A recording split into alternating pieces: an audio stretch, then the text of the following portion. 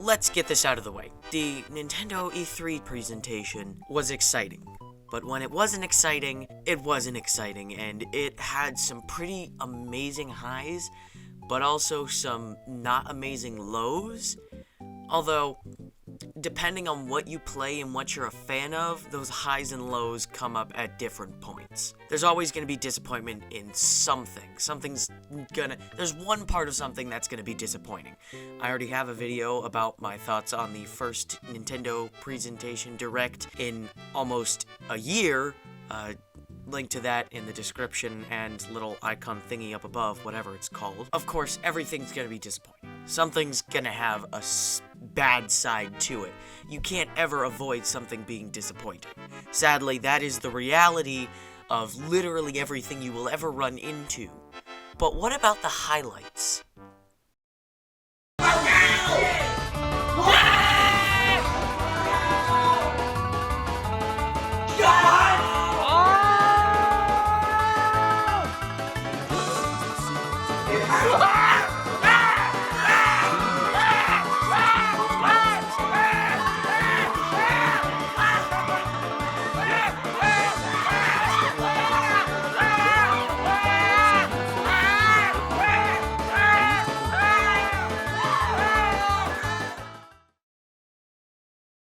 When Nintendo wasn't showing off other third-party stuff or re-releases or sequels, there were some of the most awesome announcements ever, and I'll go in chronological order. Starting with, straight off the bat, Smash reveal. Nintendo really likes to do this now, where they start with a Smash reveal, which is perfectly fine. I personally really don't care. It's just, whenever they want to do it, they can do it. I will say, it was Kazuya from Tekken. My only issue is that it's starting to feel like characters from fighting games is becoming an oversaturated trope. It's on the hinges of becoming that. Look, all I'm saying is we can get, like, someone from Mortal Kombat and then no more fighter characters, because I feel like we're starting to get to that point in time. Okay, so quick side note. Ryu, Ken, and Terry, alongside Kazuya, only makes up 4 fighting game characters. Correct me if I'm wrong. I don't know if you want to count Punch-Out. After the reveal of Ryu and Ken being fighting game characters in Smash Bros., it was super exciting. It was awesome. And then with Terry, it was like, oh, that's pretty cool. I think that's awesome. But I just feel like the trope of having the fighting game character in Smash Bros. Has become a little boring. At least to me it has. I don't know if it's because I want Phoenix Wright in Smash. I don't know. It just feels like it's a little boring now. But aside from my personal grievances, I guess you could say, with Kazuya being in Smash, he looks like tons of fun. Just looking at it, he has this awesome suit that is definitely the ult I will be playing with every time. And he's got some gnarly moves. So after they revealed Kazuya, Sakurai was kind of just like, oh yeah, take a look at his moveset really quickly. So it's basically just a collage of all of his moves. And Kazuya looks like a ton of fun to work with. Like, just from some of the moves to, I believe it's called the 10-hit combo. Look like a ton of fun to play with and work around with, which I'm excited for. I always love it when a new character comes in and he is, like, super fun to work with. And just looking at Kazuya, it looks like it'll be fun to work with and just play as. Again, 10-hit combo just looks... I'm excited to see how that works and how I can master it, because I definitely like flashy combos. Mario Party Superstars.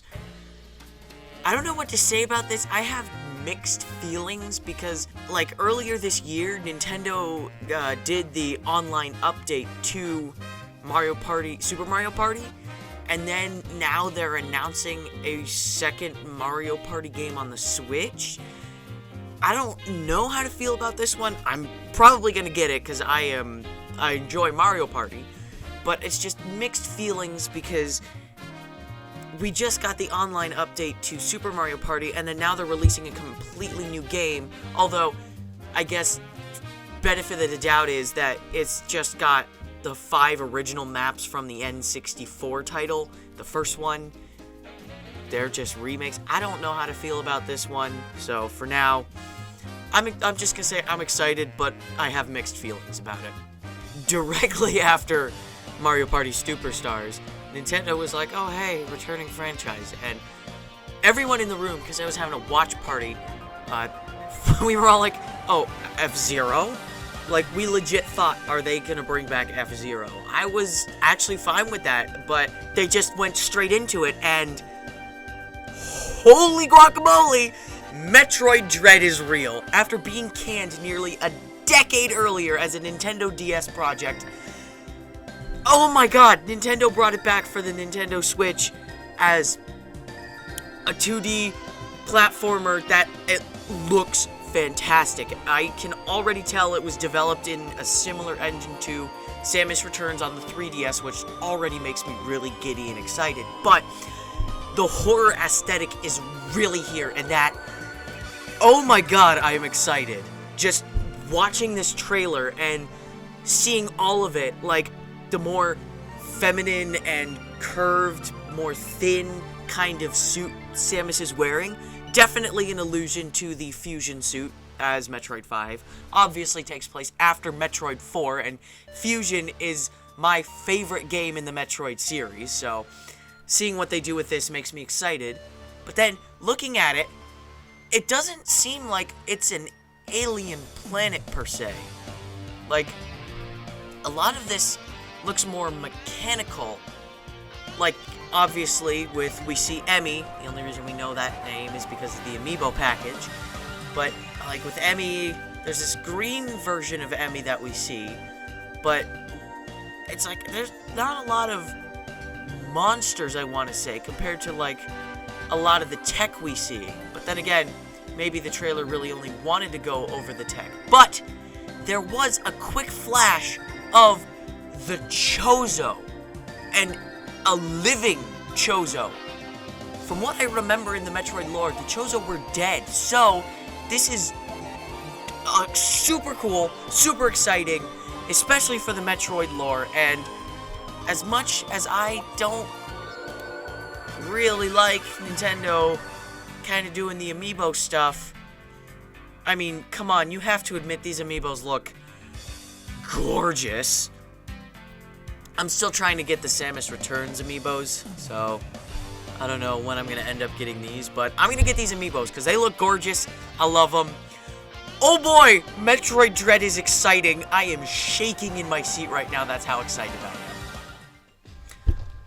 And then, at the end, at the very end, main guy presenting everything is like, oh, and we have one more announcement. It cuts to the Hyrule Warriors DLC art. I'm frustrated because it's like, is this the last announcement? The DLC for Age of Calamity, that's it, nothing else, no Breath of the Wild 2. Of course, after that all happens, I really don't care about the DLC for Age of Calamity. I didn't follow it for too long. I just don't think the Warriors kind of gameplay is my thing. I don't know, maybe I'll pick it back up. I have a tendency to put down games for a very long time. Oh gosh, I waited 5 years to pick back up Galaxy 2. I have a tendency to leave games lying for a very long time, pick them back up, finish them, and thoroughly enjoy them. So, I don't know, maybe I'll appreciate it someday. But after that announcement, Eiji Aonuma comes on. He's like, yo, let me tell you about this. Okay, is it gonna be Breath of the Wild 2? Come on, please be Breath. My god, it's Skyward Sword. Nobody cares! My big issue with this is that it was originally the 25th anniversary game that they're re-releasing as the 35th anniversary game. Why? Why? And then there's the whole amiibo controversy with it that I'll maybe touch in another episode about amiibos. Just, why? Nobody cares. Although the Joy-Cons do look nice. They look nice and nice. I want to get them. Okay, the Game & Watch thing is cool, but really? Really? Why? Why are you doing this? I just want to hear Breath of the Wild 2. Yeah, the Game & Watch looks cool.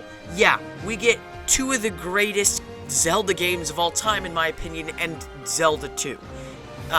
Yeah, it's cool. Whatever. Just, come on. Get to the magic stuff. Come on. Wait, come on. Please. BJUma, please. Okay. All right. Here's the last thing we have to show you.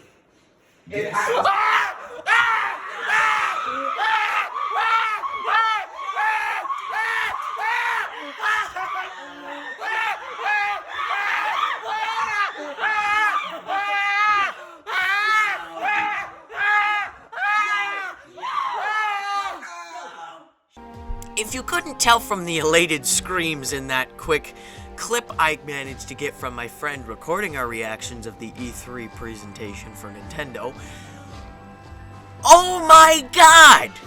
It's here! Breath of the Wild 2 is here! And yes, it's been a little bit. They announced it in 2019, and it's coming out in 2022, which, I don't know if you noticed, but that's only 3 years. I don't know why people were getting so antsy, I guess, compared to, I don't know, Breath of the Wild's announcement to release, which was, what, 6 years? No, 4 or 5 years. It was a long time for Breath of the Wild, too.